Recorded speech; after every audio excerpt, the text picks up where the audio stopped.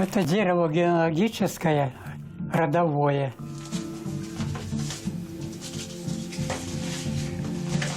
Здесь вот паспорт еще за цара выставляный моего отца. А это паспорт моей бабули с дому Юргилевич, Бугак, Румуальды.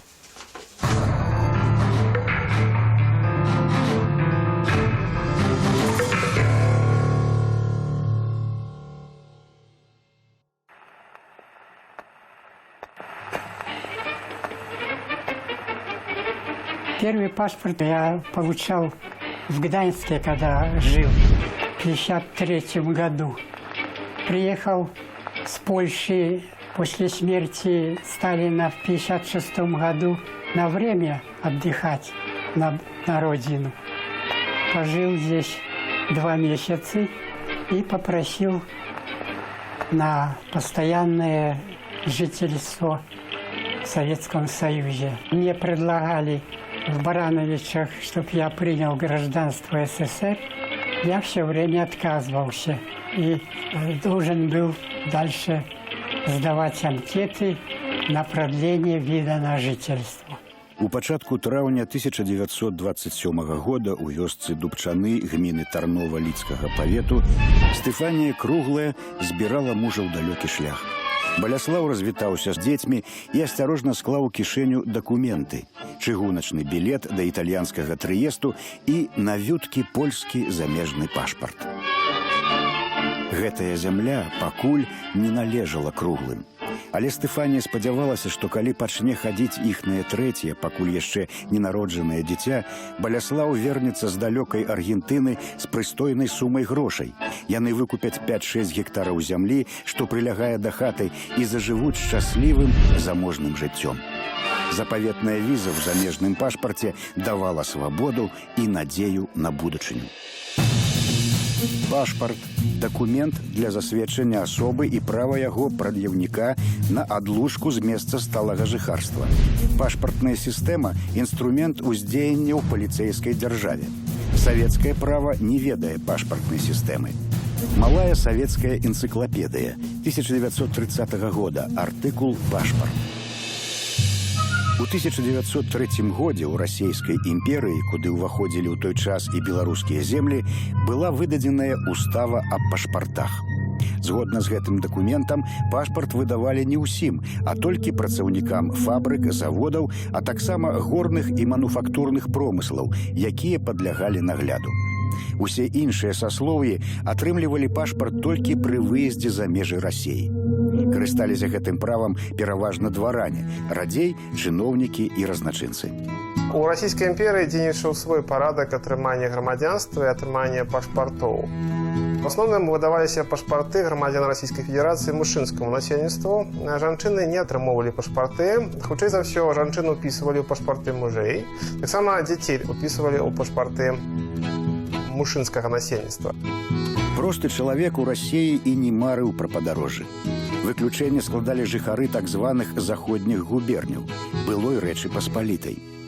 В начале 20 века иммиграция из территории Российской империи в основном образовывалась за счет населения западных губерний. Этнически эта иммиграция складывалась в основном из белорусов, украинцев и евреев.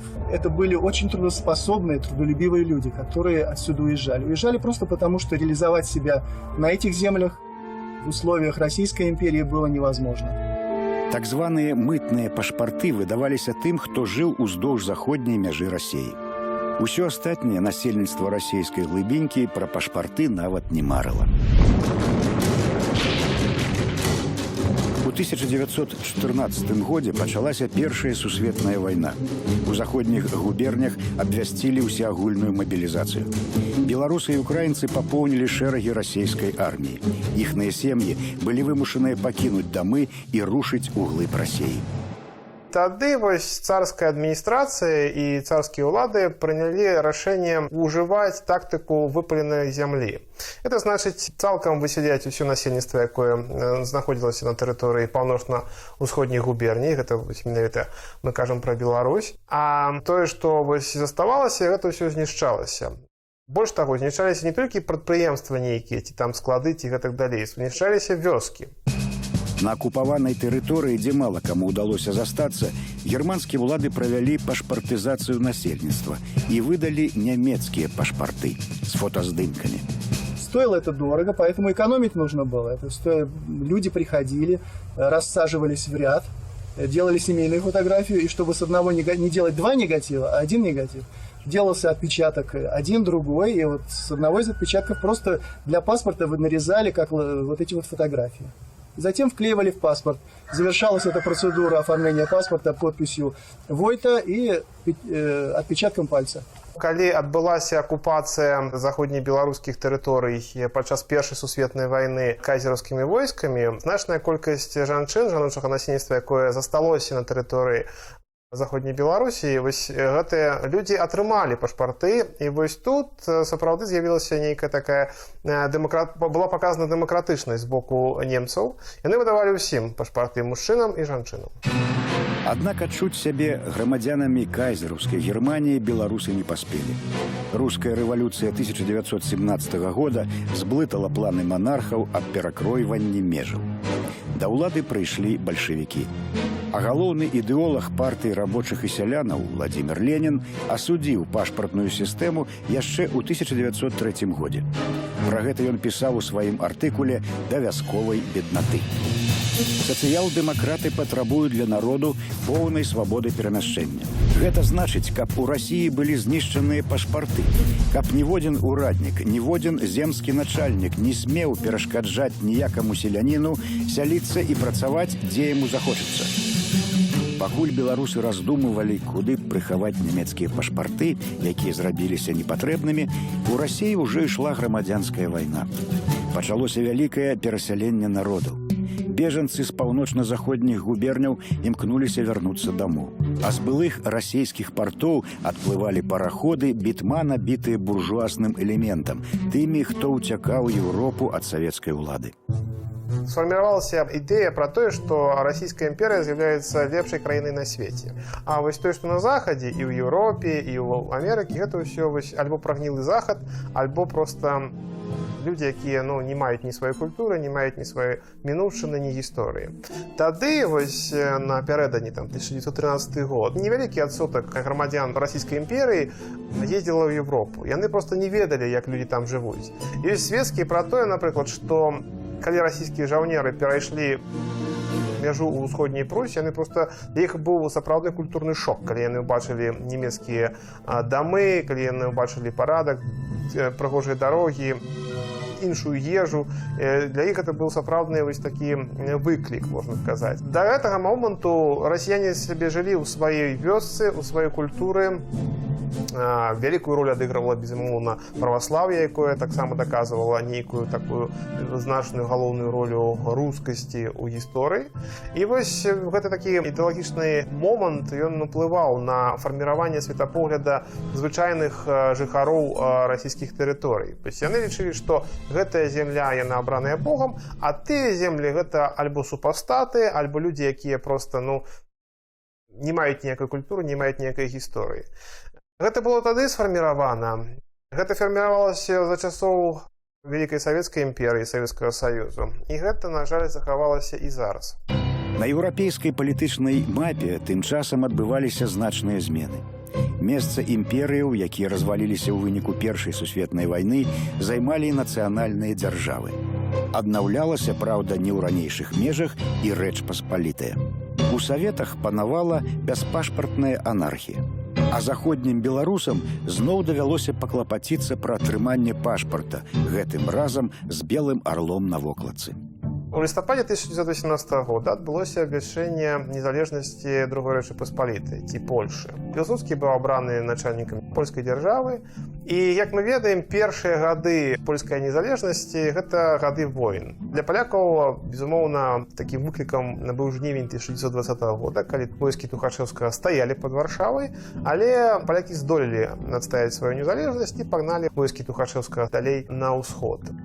Вынікам гэтай вайны з'яўляецца ўключэнне заходняй Беларусі і заходняй Украіны ў склад другой рэчы паспалітай. Парадак атрымання грамадзянства другой рэчы паспалітай вызначаўся не толькі ўнутранымі законамі, але і шэрагам міжнародных дамоваў. Апроч мірнай дамовы, заключанай 18 сакавіка 1921 года, правілы атрымання польскага грамадзянства вызначаліся Версальскай дамовай, а таксама Венскай канвенцыяй. У цыркуляры Міністэрства ўнутраных справаў Польшы ад 28 лютага 1925 года вызначаліся катэгорыі асобаў, якіх адносілі да карэннага насельніцтва.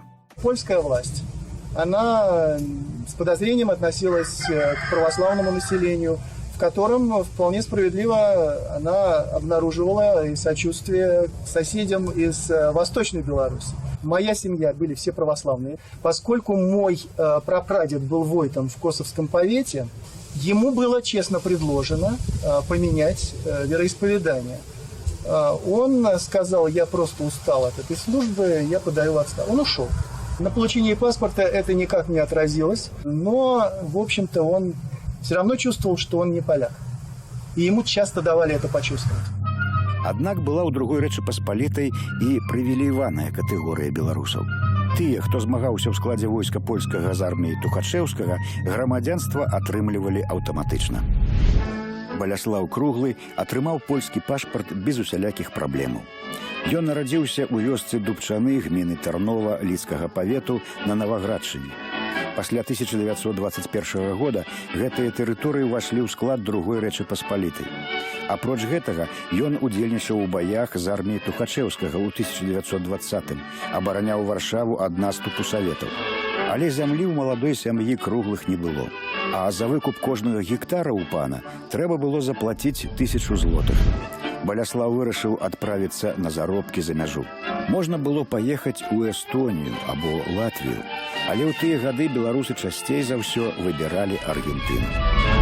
У 20-30-х годах у Аргентыну з Польшы прыехалі каля 20 000 беларусаў.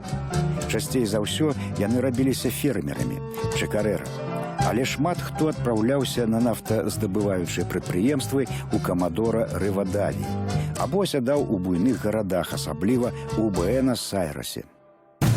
А ў Савецкім Саюзе, дзе на змену праціўніку пашпартызацыі Уладзіміру Леніну прыйшоў Іосіф Сталін, часы, калі буржуазны элемент мог бесперашкодна пакінуць краіну, канулі ў лету. Выезд савецкага грамадзяніна за мяжу зрабіўся выпадкам выключным. Гэтым правам маглі скарыстацца толькі абраныя. Да абраных якраз і належаў пралетарскі паэт Уладзімір Маяковскі, які па дарозе з Масквы ў Парыж у 1929 годзе горда прадэманстраваў сваю чырвонаскурую кніжыцу памежніку на станцыі Коласава, дзе праходзіла беларуска-польская мяжа. Паспорт требовался для выезда за границу. И в данном случае у Маяковского был серпастый, молоткастый, красный заграничный паспорт, которым мы, граждане России, и я в том числе до сих пор пользуюсь. По-моему, он все-таки осознавал, что ему приходится кривить душой. И даже вот эти стихи о советском паспорте, все пафосные, выспренные. Ну, с моей точки зрения, человек гордился тем, что он просто принадлежит к касте людей, которым можно было выезжать. Сапраўдная пашпартная сістэма была ўведзена ў СССР пастановай Цэнтральнага выканаўчага камітэту і Савету народных камісараў толькі 27 снежня 1932 года. Палажэнне аб пашпартах замацоўвала. Усе грамадзяне Саюзу ССР у веку ад 16 гадоў, якія стала жывуць у гарадах, рабочых пасёлках, працуюць на транспарце, у саўгасах і на новабудоўлях, абавязаныя мець пашпарты. пастанова Совнаркама даволі жорстка абмяжоўвала катэгорыі тых лиц, якія маглі ці мелі права атрымліваць савецкія пашпарты. Вось у катэгорыю гэтых лиц уваходзілі, безумоўна, кулакі. Гэта людзі, якія працавалі на сваёй зямлі, якія з'яўляліся добрымі гаспадарамі, але ў савецкую сістэму яны не ўпісваліся. Гэта людзі, якія займаліся грамадска-шкоднай працай, не ўпісваліся ў гэтае савецкае грамадства. Таксама гэта былі тыя людзі, якія перабеглі з заходняй мяжы. Гэта былі так званыя перабежчыкі, спекулянты, безумоўна. Ну і таксама лішэнцы. Што самае жорсткае ў гэтай пастанове, гэта тое, што вось гэтыя паразы ў правах атрымлівалі не толькі самі катэгорыі, але таксама член іх сямей. Закладнікамі жорсткай пашпартнай сістэмы зрабіліся працаўнікі цяжкай індустрыі, абаронкі, воднага транспарту, шахцёры і чыгуначнікі. Але ж найгорш было сялянам. Паспорта колхозникам не выдавались в принципе. Советской власти для ее программ перевооружения нужно было зерно, которое вывозилось из голодающего Советского Союза. Люди считались заведомо неблагонадежны, потому что они пережили голод и хотели всеми правдами и неправдами из этого рабства вырваться или в город. И этот процесс шел. Но чтобы вырваться в город, нужно было получить разрешение от председателя местной советской власти, от председателя колхоза, что я не знаю, каким образом, наверное, чудом только можно было выбрать. Выпускать таких людей – это заведомо были враги советской власти. У савецкай Беларусі запанавала замацаванае сакрэтнымі інструкцыямі прыгоннае права. А беларускія сяляне, якія зрабіліся паўнапраўнымі грамадзянамі Рэчы Паспалітай, у гэты час мелі магчымасць бесперашкодна выехаць за мяжу. Але большасць з іх марыла зарабіць грошы і вярнуцца дамоў. Папрацаваўшы 4 гады ў Аргентыне, у жніўні 1931 года жыхар Наваградшчыны Баляслаў Круглы пачаў збірацца на радзіму. Першай справай ён адправіўся ў консульскі аддзел польскай амбасады ў Буэнас-Айрэсе. Праз месяц пасля гэтага у консульстве Германіі Баляслаў атрымаў нямецкую візу. Развітаўшыся з Аргентынаю, 24 верасня 1931 года жыхар заходняй Беларусі адбыў на радзіму. Ён прывёз дамоў грошы, якіх злішкам хапала на набыццё 8 гектараў зямлі, кароў, коней ды інвентару. Цяпер ён быў упэўнены ў будучыні сваёй сям'і і дзяцей. Тым часам савецкаму рэжыму было мала панавання на сваёй тэрыторыі. Сталін пажадліва пазіраў на польскую мяжу. Планы пра вяртання заходніх Беларусі і Украіны ў склад імперыі ўжо спелі ў запаленым мозгу дыктатара. Але ў яго з'явіўся небяспечны і больш рашучы канкурэнт.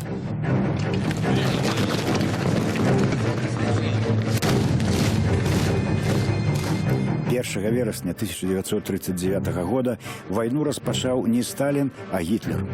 Перакройванне межаў ён пачаў з нападу на Польшу. У абмен на неўмяшальніцтва Сталіну быў прапанаваны толькі кавалак берага – заходняя Украіна і Беларусь. Баляслаў Круглы зноў надзеў мундзір польскай арміі ды развітаўся з сям'ёю.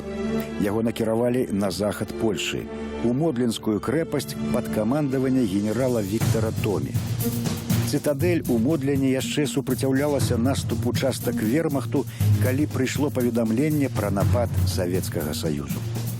17 верасня паводле таемнага пагаднення з нацысцкай Германіяй на тэрыторыю Другой Рэчы Паспалітай увайшлі савецкія войскі. Анексія тэрыторыяў праводзілася пад лозунгам вызвалення суайчынніка. А ўварванне СССР на тэрыторыю суседняй дзяржавы называлася вызваленчым паходам Чырвонай арміі. Праблема ратавання суайчыннікаў, яна існавала ў расійскай ідэалогіі даволі даўно. Эта ідэя была сфарміравана расійскімі гістарыёграфамі, Ключэўскім, Салаўёвым. Яна вельмі добра так сфарміравала менавіта гэтую канцэпцыю пра тое, што расійская зямля з'яўляецца абранай, і ёсць місія ратаваць людзей, якія там знаходзяцца пад гнётам захаду. Расійская ўлада ратавала беларусаў менавіта ад уплыву гэтага каталіцкага захаду. Зараз гэта ідэя выкарыстоўваецца даволі паспяхова на ўкраіне. З'явілася ідэя, напрыклад, пра Наваросію. І вось менавіта гэтыя пастулаты трошкі змененыя, трошкі там дадатак сучаснасці, але яны жывуць і выкарыстоўваюцца і сёння. У 1939 годзе заходняя Беларусь увайшла ў склад СССР. Усе польскія законы, якія існавалі да таго часу, у тым ліку і аб грамадзянстве, былі скасаваныя. Былыя грамадзяне Польшы мусілі атрымаць савецкія пашпарты. Пашпартызацыя праводзілася ў адпаведнасці з рашэннем ЦК КПБ Беларусі ад 16 лютага 1940 года аб увядзенні пашпартнай сістэмы ў заходніх абласцях Беларусі. Удакладняліся межы рэжымных мясцовасцяў у звязку з тэрытарыяльнымі захопамі СССР 1939-40 годов. Советская сталинская администрация, которая здесь снова утверждалась после уже 1939 года, она относилась с недоверием, с подозрением к каждому местному жителю, потому что он мыслил иначе. Иногда и жил иначе, и действовал иначе, чем те люди, которые были порабощены коммунистическим режимом. Невыдача советских документов, в данном случае паспорта, это неизбежно вело к высылке, потому что по советским законам такой человек считался неблагонадежным. Калі Гітлер, парушыўшы пакт о ненападзе, атакаваў Савецкі Саюз, па тэрыторыі Беларусі ўсё яшчэ ішлі эшэлоны з тымі, каго савецкая ўлада вызваліла, але не пажадала ўключыць у склад сваіх грамадзянаў. Тых, кому не хапіла месца ў вагонах-цялятніках, расстрэльвалі ў лясах. 22 июля 1941 года ушел последний эшелон, или транспорт, как принято было тогда говорить, с депортированными гражданами Западной Беларуси. Поезд проследовал от станции Городей, где был сборный пункт, причем эта станция, она с трагической судьбой. Туда и в 1939 году, и в 1940, когда начались депортации, людей сгоняли. Это был путь уже на небеса. Пад нямецкай акупацыяй Баляслаў і Стэфанія працягвалі жыць і працаваць на сваёй зямлі. Немцы ў вёску не заходзілі. Сям'я не галадала. Але летам 1943 года ў дом прыйшла бяда. Баляслаў атрымаў позву. Акупацыйныя ўлады прызывалі яго на службу ў паліцыю. Надзяваць чорны мундзір паліцая ён не хацеў. Давялося збіраць клунак і сыходзіць у лес. Баляслаў без складанасцяў знайшоў атрад польскіх партызанаў і пачаў змагацца з акупантамі. Вайна набліжалася да канца. Для шматлікіх беларусаў, якія ў гады вайны жылі на акупаванай тэрыторыі, доўгачаканая перамога зрабілася яшчэ адной трагедыяй. Арашты пачаліся ў 44-м. Праз 2 гады беларусам, якія да вайны зарабілі на набыццё ўласнай зямлі, давялося развітацца з надзеяй на забяспечаную будучыню сваіх дзяцей. Разам з зямельнымі надзеламі іх пазбаўлялі права валодання пашпартам. Але і гэта было не ўсё. Восенню 1947 года ў дом Баляслава і Стэфаніі, які стаяў на краю цяпер ужо не іхнага, а калгаснага поля, прыйшлі супрацоўнікі НКУС. Быў складзены вопіс канфіскаванай маёмасці. Польскі пашпарт з адзнакамі пра выезд мужа за мяжу Стэфаніі ўдалося схаваць. Але пры ператрусе знайшлі позву аб прызыве ў паліцыю. Баляславу зачыталі пастанову аб арышце. Гэтым разам Стэфанія не паспела сабраць яго ў далёкі шлях.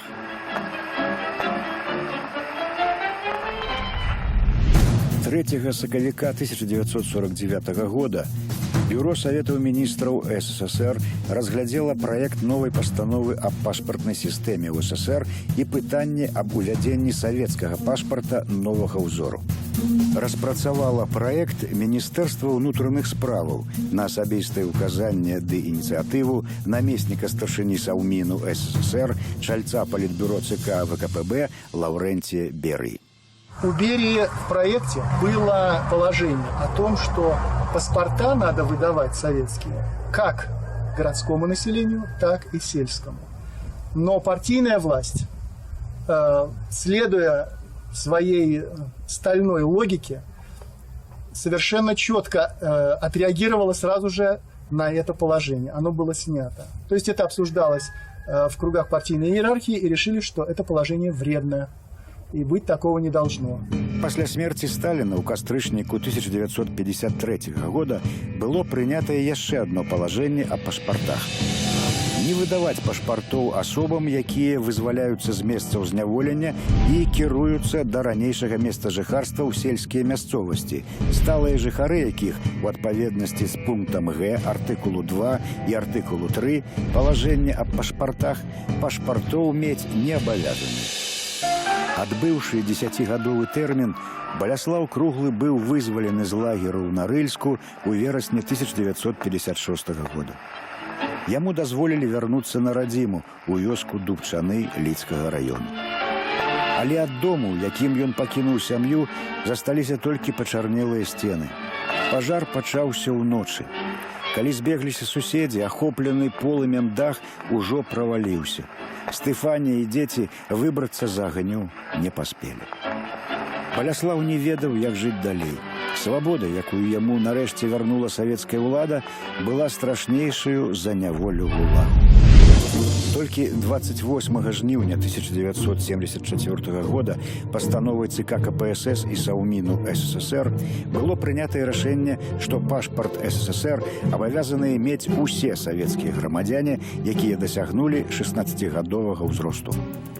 Для ператварэння народаў неахопнай імперыі ў людзей, адрас якіх ні дома, ні вуліца, а Савецкі Саюз, спатрэбілася 60 гадоў. Гэты гістарычны факт і быў зафіксаваны ў Канстытуцыі СССР, прынятай 7 кастрычніка 1977 года.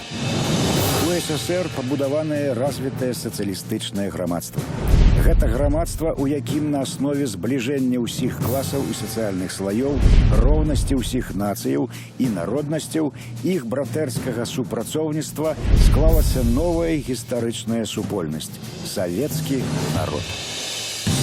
Калі ў 1991 годзе ў выніку белавежскіх пагадненняў Беларусь атрымала незалежнасць, нацыянальныя сімвалы дзяржавы прыйшлі на змену савецкім. Акурат тады Верховны Савет краіны прыняў 3 рашэнні. Пра змену назвы краіны, прыняцце дзяржаўнага герба і дзяржаўнага бел-чырвона-белага сцяга. А першы нацыянальны пашпарт беларусаў упрыгожыла пагоня. Але ўжо расейская ксенафобія распаўсюдзілася як вірус. Пакаленне, якое вырасла ў Савецкім Саюзе, адчайна баялася ўсяго новага. Праз год на рэферэндуме 75% жыхароў краіны прагаласавалі за вяртанне старых сімвалаў. В Советском Союзе рабство, помимо того, что убило буквально миллионы людей, оно еще продолжалось дольше по времени. То есть это не могло отразиться на психике людей. Если из советских людей удавалось сделать уже раба за 20 межвоенных лет, то здесь еще люди к этому так быстро не привыкли. Они еще умели критически мыслить. Урады Расіі і Беларусі умела маніпулююць тымі, хто ностальгуе па савецкіх часах. У 21 стагоддзі жыхары Крыму рынуліся атрымліваць расійскія пашпарты. Замест магчымасці зрабіцца часткай Еўропы, яны выбралі вяртанне ў СССР. Зараз, калі, напрыклад, запытацца асобна ў заходнебеларускіх вёсках людзей старэйшага пакалення наконт грамадзянства іх бацькоў, то яны проста з шуфлядаў выцягнуць гэтыя старыя пашпарты і пакажуць, як гэта змянялася, які быў сістэм атрымання гэтых дакументаў. І зараз разуменне таго, што Беларусь гэта частка Еўропы, гэта частка увогуле гэтага жыцця, што яна штучным нейкім плотам не аддзелена ад Еўропы, яно прыходзіць да беларусаў. Казімір Булгак нарадзіўся ў беларускім снове. Пасля вайны застаўся сіратою. У 46-м чулы сусед даў працу цямліваму стараннаму хлопцу і забраў яго ў Польшчу. Там Казімір атрымаў свой першы пашпарт з белым арлом на вокладцы. Але Беларусь заставалася радзімаю. І ў 1959-м ён вярнуўся ў дом, дзе 250 гадоў жылі ягоныя продкі, каб правесці сваё жыццё ў родных стенах. Але пашпарт на савецкі так і не змяніў. Мне приглашали принять советское подданство. А у меня какая-то не знаю, какое-то внутреннее непонятное чувство, что не принимаю еще, не принимаю. Паводле статыстыкі, беларусы часцей звяртаюцца па візы ў консульствы іншых краінаў, чымсьці іншыя жыхары СНД. Больш падарожнічаюць. Нягледзячы на ўсе высілкі савецкай улады, ксенафобія, нянавісць да чужога, незнаёмага, нязвыклага, на якой будуе сваю палітыку расейская ўлада, не прыжываецца на нашай зямлі. Баляслаў Круглы не дажыў да часу, калі Беларусь зрабілася незалежнаю краінай. Да самай смерці ён не пакідаў свайго дому і адмовіўся ад атрымання савецкага пашпарта. Яму ўжо позна было ўладкоўвацца на працу. Ён не заслужыў пенсіі ад дзяржавы, якая нарэшце пагадзілася прызнаць яго сваім грамадзянінам. У ягоным жыцці застаўся толькі шчаслівы ўспамін пра надзеі, якія падарыў яму пашпарт з белым арлом на вокладцы.